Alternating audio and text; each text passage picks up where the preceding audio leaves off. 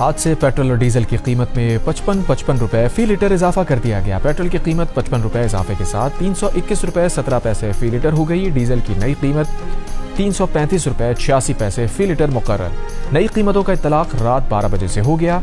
हुकूमत ने पेट्रोल पर लेवी 84 रुपए 40 पैसे से बढ़ाकर 105 रुपए 37 पैसे कर दी। डीजल पर लेवी 76 रुपए 21 पैसे से कम करके 55 रुपए 24 पैसे फी लीटर कर दी। नोटिफिकेशन जारी, शहरियों की दुहाई, कीमतें कम करने का मुतालबा।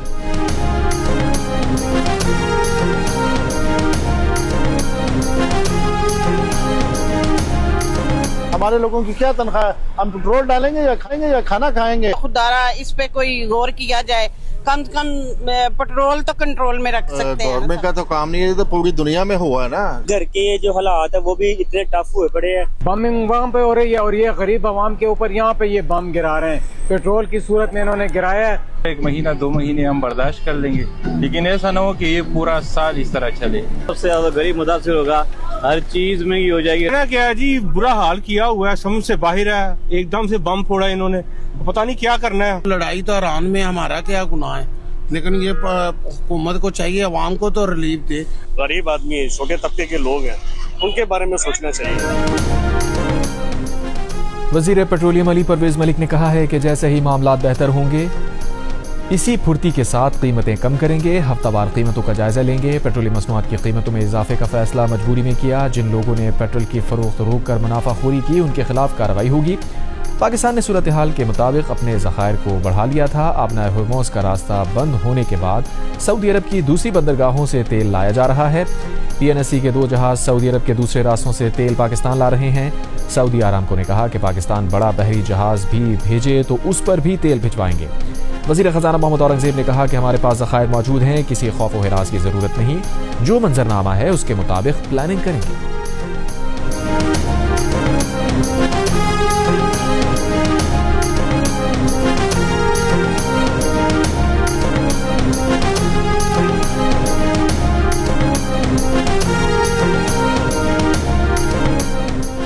नायब वज़ीर आज़म इसहाक़ डार ने कहा है कि कोशिश की गई कि कम से कम बोझ अवाम पर डाला जाए। खित्ते में जंग की सूरत हाल है, पेट्रोलियम मसनूआत की कीमतें आसमान को छू रही हैं। पाकिस्तान की भरपूर कोशिश है कि कशीदगी कम कराई जाए। जंग बंद कराने के लिए पाकिस्तान एक करारदाद तैयार कर रहा है जो अक़वाम मुत्तहिदा में पेश की जाएगी। वज़ीर आज़म शहबाज शरीफ ने खित्ते में कई ममालिक के वज़राए आज़म और सदूर से बात की है। फील्ड मार्शल सैयद आसिम मुनीर भी मुसल्लह अफ़वाज के सरबराहान से बात कर रहे हैं।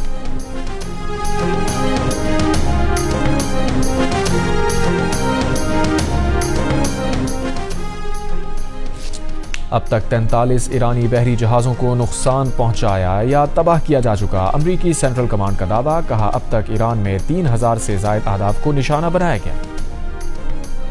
ईरानी पासदारान इनकलाब का अमरीकी सदर ट्रंप को चैलेंज, कहा हिम्मत है तो अमरीकी जंगी जहाज़ों से आबनाए हुर्मुज़ में तेल बरदार जहाज़ों को सिक्योरिटी देकर दिखाएं। ट्रंप ने मंगल को कहा था कि जरूरत पड़ी तो अमरीकी बहरिया आबनाए हुर्मुज़ के जरिए ऑयल टैंकर्स को ले जाना शुरू कर सकती है। ईरानी फौज के तर्जुमान ने कहा है कि ईरान ने आबनाए हुर्मुज़ को बंद नहीं किया। आबनाए हुर्मुज़ से इसराइल और अमरीका के बहरी जहाज नहीं गुजर सकते।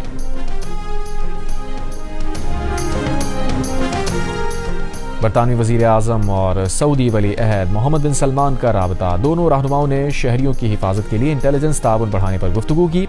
दूसरी जानिब सऊदी हुकाम ने कशीदगी में कमी के लिए ईरान के साथ सिफारती बैक चैनल राबते बढ़ा दिए। ब्लूमबर्ग की रिपोर्ट में कहा गया है कि यूरोपीय हुकाम के मुताबिक सऊदी अरब ईरान से बैक चैनल राबतों में मसरूफ है। मुतादिद यूरोपीय और मशरक़ी वस्ता के ममालिक भी सऊदी कोशिशों की हिमायत कर रहे हैं।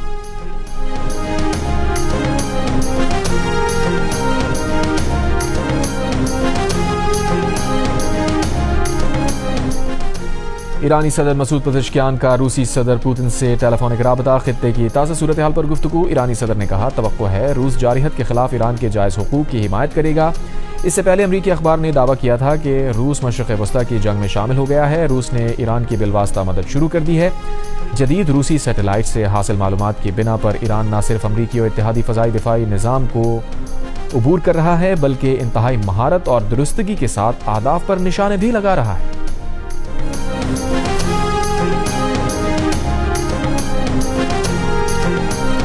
खलीजी जंग 8वें रोज में दाखिल। तेहरान पर वसी पैमाने पर हमले, आज़ादी टावर के करीब अमरीका और इसराइल की बमबारी, कई इमारतें तबाह, धुएं के बादल। ईरान में अमेरिका इसराइल जंग में अब तक शोहदा की तादाद 1332 हो गई। ईरान ने उर्दन में थॉट डिफेंस सिस्टम का रेडार तबाह कर दिया। बगदाद एयरपोर्ट के नज़दीक अमरीकी फौजी अड्डे पर ड्रोन हमला। इराक में अमरीकी कंपनी के हेडक्वार्टर पर हमले के बाद आग लग गई। इराक के शहर अरबेल में अमरीकियों के मुमकिना ज़ेरे इस्तेमाल होटल पर ईरान का हमला।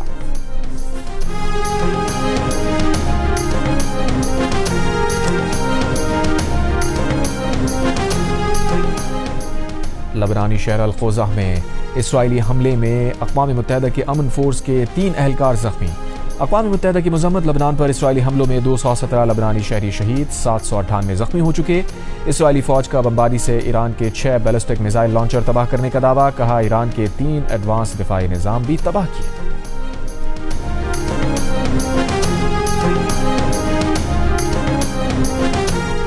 खलीजी मुल्क की एयरलाइन का आज से फ्लाइट ऑपरेशन जुज़वी बहाल करने का ऐलान। परवाज़ें दोहा एयरपोर्ट से लंदन, पेरिस, मैड्रिड, रोम, फ्रैंकफर्ट रवाना होंगी। दोहा एयरपोर्ट से परवाज़ें 7 दिन बाद दोबारा शुरू हो रही। वज़ीर ख़ज़ाना KP मुज़म्मिल असलम ने कहा है कि पेट्रोलियम मसनूआत की कीमतों में इजाफा मुश्किलात का पहाड़ खड़ा करेगा। मुल्क में पहले ही 45% गुर्बत और 21 साल की बुलंद तरीन बेरोजगारी है। अभी आलमी मार्केट में तेल कीमत $80 फी बैरल पर है। आलमी मार्केट में फी बैरल तेल $120 पर चला गया तो क्या हुकूमत ₹500 का इजाफा करेगी? सियालकोट हाजीपुरा रोड पर कार सवार अफराद की फायरिंग से पेट्रोल पंप मुलाजिम जाँ बहक, 1 जख्मी। पुलिस के मुताबिक कार सवारों ने पेट्रोल डलवा कर केन में मजीद 10 लीटर पेट्रोल डालने का कहा। मना करने पर फायरिंग कर दी, फरार हो गए।